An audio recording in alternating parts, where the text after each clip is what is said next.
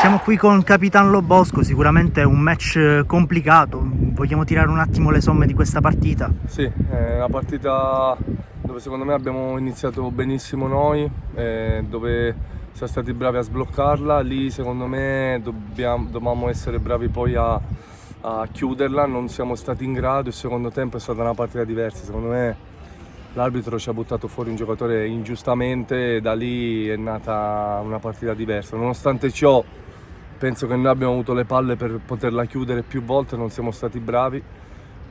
Però io dico che è una gran vittoria, diamo continuità a quello che stiamo facendo, perché adesso è da un po' che raccogliamo punti utili e niente, siamo contenti di questo risultato. Questa qui è infatti la prima vittoria fuori casa del Bagheria 90-011. Che partite ti aspetti adesso le prossime, visto comunque le buone premesse delle ultime gare? Sono partite, ma guarda, secondo me noi dobbiamo ragionare di partita in partita. Sicuramente la prossima affrontiamo un avversario diverso, a casa nostra, dobbiamo cercare di prepararla al meglio, perché ogni partita ha le proprie insidie, l'abbiamo visto oggi. Una partita che si poteva mettere in discesa, poi si è complicata e quindi niente, dobbiamo solamente crescere, continuare a lavorare per ottenere sempre il massimo.